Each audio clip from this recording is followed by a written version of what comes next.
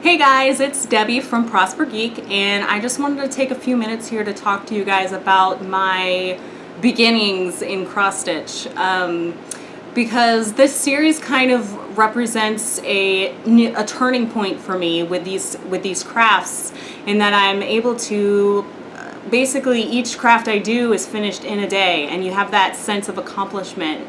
And not only that, but they're such great designs that, you know, if I had had them when I was a kid, back when I first started cross stitching, I probably would never have stopped, and it probably would have meant something different to me than what it actually did. Was just a bit of a time waster that came and went, and I never finished any of my projects. So I wanted to show you guys a bit of what the different caliber of projects were back then. I have two projects to show you today, which I never finished, and I've held on to for about 15 years with the hopes that, you know, all the blood, sweat, and tears that I put into them might be worth something someday, that maybe I might go back and finish. So I wanted to show these guys to you. So first of all, we didn't have all the databases that we did today with all these awesome designs from Doctor Who and Star Wars and Harry Potter and all that stuff, okay? They were, as I've said before, you know, very floral and very Thomas Kincaid inspired and all that. So this first one I have, and not only that, but they're huge. They're huge. Like this one, this first one that I ever did, I picked it out at the store. It was on clearance for $10. This was an 11-inch by 14-inch piece, and this was my very first one that I was going to do. Yeah, very ambitious. So I saw this at the store, and I was like, hey, this looks awesome. You know, I know someone who loves seashells and would probably love to put this up on their wall. Something, you know, that I put blood, sweat, and tears into. They'll love it.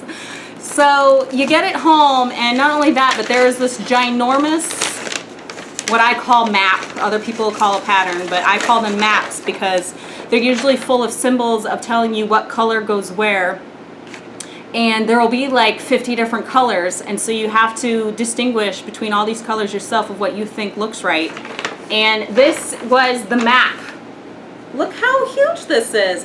This was the map for this particular one, and there are all, let me see if it'll focus. There are all of the little symbols of this thing. It was ridiculous. I can't believe I ever even got as far as I did, but I did get pretty far. I got the entire border basically all done, okay? And then I was starting on the seashells and then stopped. And I don't know if I messed up or something to the point where I got frustrated and put it down and then lost my place and just couldn't go back to it, but I put this down, and like I said, literally it was probably 15 years ago, and I still have it today. Ah, hopes and dreams. The other one I kept was a little less ambitious. Now this was a Thomas Kincaid inspired one, but as you can see, it's a bit smaller. This was a 5x7, so I think I was starting to learn my lesson at this point. So again, I saw, hey, lighthouses. I know someone who loves lighthouses. I could make this and give it to them as a present, and they would love it. So this is as far as I got. I actually got pretty far. I got the lighthouse done and some flowers, and I was working on the steps and, you know, a grassy hillside, and I may have miscounted or again messed up somehow and put it down and just never picked it up again. So again, I probably kept this one for maybe a good 13 years, and I've never been able to go back to it, but you know, one can always hope, maybe someday.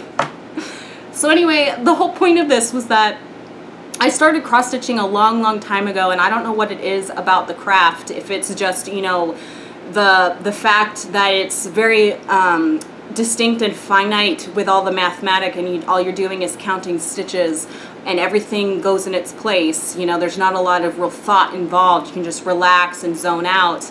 But, you know, I love cross-stitching, and there's something about the series I'm doing right now with the time-lapse going on with all these different designs out there, the Doctor Who, the Harry Potter, you know, the Star Trek, everything. There's something about it that is just addicting to me, and I love it. I love how big my crafting wall of awesome is getting. My first goal is to get to 25 projects, and then, you know, we'll go from there, maybe 50, so we'll see.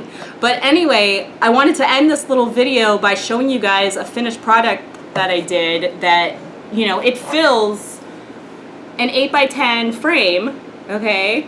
And I did this based off of a picture online, and so I looked at it and had to gauge the different coloring for myself, like all the different colors that go into the bricks, all the different shading that went into the green door.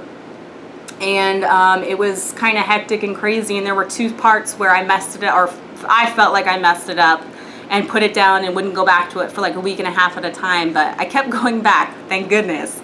Because once again, this is also a gift for a friend, and I'm actually going to drop it off later this week. So that's usually what I end up doing with the stuff I make. I don't usually keep anything. I don't really have anything to show for all my hard work over the years, because I always give them away. So, which, you know, we'll see about the crafting wall of awesome. I'm kind of thinking of maybe starting up some giveaways once I get to a certain amount of subscribers, and start giving away some of the older works. So we'll see. But all I could say is that I'm having a blast. I'm having a blast. It's so much fun. So I hope you enjoyed seeing some of these blasts from the past here. I think it would be kind of hilarious if maybe in the future I do finish one of these and then I show you the finished work. I think that would be awesome. Maybe. See? High hopes. Anyways, thank you so much for watching, and I will catch you next time. Thank you. Peace.